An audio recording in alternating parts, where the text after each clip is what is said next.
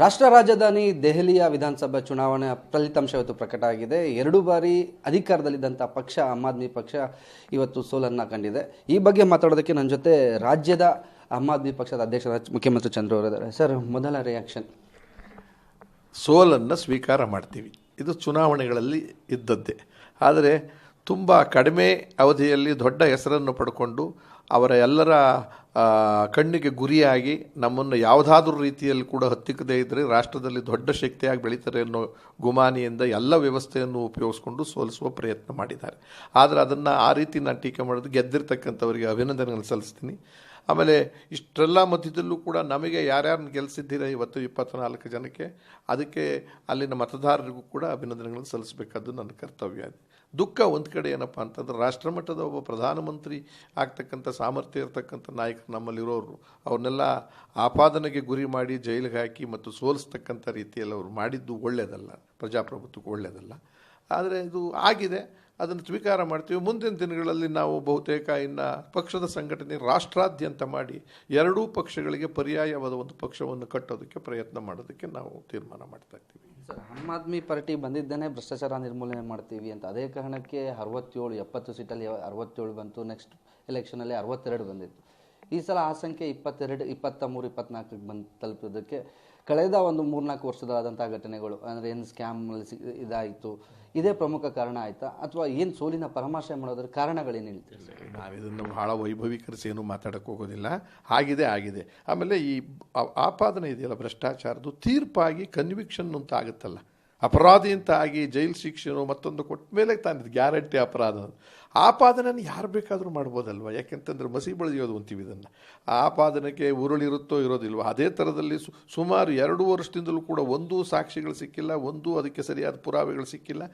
ಕೋರ್ಟ್ನವ್ರು ಹೇಳಿದ್ರು ಇದಕ್ಕೆ ಯಾವುದೂ ಸಾಕ್ಷಿ ಆಧಾರಗಳಿಂದ ಇಷ್ಟು ದಿವಸ ಜೈಲಿನಲ್ಲಿ ಇಟ್ಕೊಳ್ಳೋ ಅಗತ್ಯವೇ ಇರಲಿಲ್ಲ, ಬಿಡುಗಡೆ ಮಾಡ್ತಾ ಇದ್ದೀವಿ ಅಂತ ಮಾಡಿರಬೇಕಾದ್ರೆ ನಮ್ಮದು ಆಪಾದನೆ ಪ್ರೂವ್ ಆಗಿಲ್ಲ ಅಂದಾಗ. ಆದರೆ ಸಾರ್ವಜನಿಕರ ಮನಸ್ಸಿನಲ್ಲಿ ಸೈಕಲಾಜಿಕಲಿ ಮಾನಸಿಕವಾಗಿ ಈ ರೀತಿದ್ದೆಲ್ಲ ಒಂದು ಒತ್ತಡವನ್ನು ಹಾಕಿ ಈ ಪಕ್ಷ ರಾಷ್ಟ್ರ ಮಟ್ಟದಲ್ಲಿ ದೊಡ್ಡ ಹೆಸರು ಮಾಡುತ್ತೆ, ಅದನ್ನು ನಿಲ್ಲಿಸಬೇಕು ಅಂತ ಮಾಡಿದ್ದಾರೆ. ಅದನ್ನು ನಾನು ಒಪ್ಪೋದಿಲ್ಲ. ಅದರಿಂದ ಆಗಿದೆ. ಅದೊಂದೇ ಅಲ್ಲ, ಇವರು ನನಗೆ ತಿಳಿದ ಮಟ್ಟಿಗೆ 10 ವ್ಯವಸ್ಥೆ ಸ್ವಾಯತ್ತತೆ ಸಂಸ್ಥೆಗಳನ್ನೆಲ್ಲ ಕೈಯಲ್ಲಿ ಹಿಡ್ಕೊಂಡು ನಮ್ಮ ಅಧಿಕಾರವನ್ನು ಸುಗ್ರೀವಾಜ್ಞೆ ಬಂದು ಲೆಫ್ಟಿನೆಂಟ್ ಗವರ್ನರಿಗೆ ಪವರ್ಸ್ ಕೊಟ್ಟು, ಆಮೇಲೆ ಮಾತೆತ್ತಿದ್ರೆ ಇಡಿ ಎಲ್ಲರನ್ನು ಬಿಟ್ಟು ನಮ್ಮನ್ನು ರೈಡ್ ಮಾಡಿಸ್ತಕ್ಕಂಥದ್ದು, ಮತ್ತು ಎಲ್ಲೂ ಕೂಡ ನಮಗೆ ಹಣನೂ ಬರದೇ ಇರತಕ್ಕಂಥ ಡೊನೇಷನ್ ಬರೆದಂಗೆ ಬಾಂಡ್ ಅಂತ ಮಾಡ್ಕೊಂಡು ತಾವೇ ದುಡ್ಡುಗಳನ್ನು ತೊಗೊಂಡಿದ್ದು, ಇವೆಲ್ಲವೂ ಸೇರಿಕೊಳ್ಳುತ್ತೆ.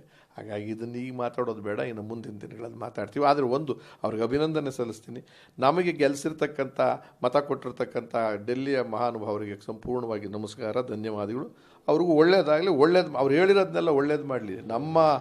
ನಮ್ಮ ಈ ಸಿದ್ಧಾಂತದ ಹಿನ್ನೆಲೆಯಲ್ಲಿ ಸಾರ್ವಜನಿಕರಿಗೆ ಬೇಸಿಕ್ ನೀಡ್ಸ್ ಏನು ಕೊಟ್ಟು ಸಾಧಿಸಿದ್ದೀವಿ ಅದಕ್ಕಿಂತ ಹೆಚ್ಚು ಕೊಡ್ತೀನಿ. ಆಮೇಲೆ ಬಡ್ಜೆಟ್ ಉಪಯೋಗಿಸ್ಕೊಂಡು ಅದರಲ್ಲಿ ಎಲ್ಲ ಮಧ್ಯಮ ವರ್ಗ ಕೆಳ ಮಧ್ಯಮದವರು ಓಟ್ ಕೀಳೋಕ್ಕೋಸ್ಕರ ಮಾಡಿದಂಥ ನಾಟಕ ಎಲ್ಲ ಇದಾವಲ್ಲ, ಗೊತ್ತಾಗುತ್ತೆ ಜನಕ್ಕೆ. ಮುಂದಿನ ದಿನಗಳಲ್ಲಿ ಮತ್ತೆ ಅದೇ 60ರ ಮೇಲೆ ಗೆದ್ದು ಬರ್ತಕ್ಕಂಥ ವ್ಯವಸ್ಥೆಗೆ ನಾವು ಹೋಗ್ತೀವಿ. ಸರ್, 8 ಜನ ಆಮ್ ಆದ್ಮಿಯ ಪ್ರಮುಖ ನಾಯಕರು ಬಿಜೆಪಿಗೆ ಹೋಗಿತ್ತು. ಎಲ್ಲೋ ಈ ಚುನಾವಣೆಯಲ್ಲಿ ಹಿಂದೇಟು ಕಾರಣ ಅನಿಸ್ತಿದೆಯಾ ಸರ್ ಈ ಸಂದರ್ಭದಲ್ಲಿ? ಇಲ್ಲ, ಈಗ ಕಾರಣಗಳನ್ನ ಹುಡುಕ್ತಾ ಹೋದರೆ ಯಾವುದೂ ಇಲ್ಲ ಅಂತ ನಾನು ಹೇಳೋದಿಲ್ಲ. ಆಮೇಲೆ ಅದಕ್ಕೆ ವಾದನೂ ಮಾಡೋಕ್ಕೆ ಹೋಗಲ್ಲ, ವಿತಂಡು ವಾದವೂ ಬೇಡ. ನನಗೆ ಆಗೋಗಿದೆ ಇರ್ಬೋದು, ಅದೂ ಒಂದು ಕಾರಣ ಇರ್ಬೋದು. ಅಥವಾ ಅವ್ರಿಗೆ ಸೀಟು ಸರಿಯಾಗಿ ಕೆಲಸ ಮಾಡಿರಲಿಲ್ಲ ಅನ್ನೋ ಒಪಿನಿಯನ್ ನಮಗೆ ಸಿಕ್ಕಿದ್ದರಿಂದ ಅಂತಲೂ ಇರ್ಬೋದು ತೆಗೆದಾಕಿರೋದು. ಅವ್ರ ಕೆಲಸನೂ ಮಾಡದೆ ನಮಗೆ ಅದು ಯಾವುದೋ ಒಂದು ರೀತಿಯಲ್ಲಿ ಅಧಿಕಾರಕ್ಕೆ ಬೇಕು ಅಂತ ಅಂಟ್ಕೊಂಡ್ರೆ ಮತ್ತೆ ಸೀಟ್ ಬೇಕು ಅಂತ ಗಲಾಟೆ ಮಾಡಿದ್ರಿಂದ ಇರ್ಬೋದು. ಅವು ಯಾವುದೂ ಕಾರಣ ಅಂತ ಹೇಳೋಕ್ಕಾಗಲ್ಲ. ಇವತ್ತು ಏನೋ ಒಂದು ಒಟ್ಟಾರೆ ನಮಗೆ ಹಿನ್ನಡೆಯಾಗಿದೆ, ಆದರೆ ಸಂಪೂರ್ಣ ಸೋತಿಲ್ಲ. ಕಾಂಗ್ರೆಸ್ ನಿರ್ನಾಮವಾಗಿದೆ ಇಂಥ ಮಧ್ಯದಲ್ಲೂ ಕೂಡ. ಅಂಥದ್ರಲ್ಲೂ ನಮಗೆ ಅಷ್ಟು ಸೀಟ್ ಬಂದಿದೆ ಅಂದಾಗ ಇಷ್ಟೊಂದು ಜನ ಕಣ್ಣಿಟ್ಟು ಇಷ್ಟೊಂದು ವ್ಯವಸ್ಥೆಯನ್ನಿಟ್ಕೊಂಡು ಇಡೀ ದೊಡ್ಡ ದೇಶ ಬಲಾಢ್ಯವಾದ ಪೈಲ್ವಾನರು ಎಳವ್ರ ಮೇಲೆ ಯುದ್ಧ ಮಾಡ್ದಂಗೆ ಮಾಡೋಕ್ಕೆ ಶುರು ಮಾಡಿದ ಮೇಲೂ ನಾವು ಹಿಂಗೆ ನಿಂತಿದ್ದೀವಿ ಅಂದರೆ ನಮಗೆ ರಾಷ್ಟ್ರ ಮಟ್ಟದಲ್ಲಿ ಶಕ್ತಿ ಇದೆ, ಬರ್ತೀವಿ ಮುಂದೆ.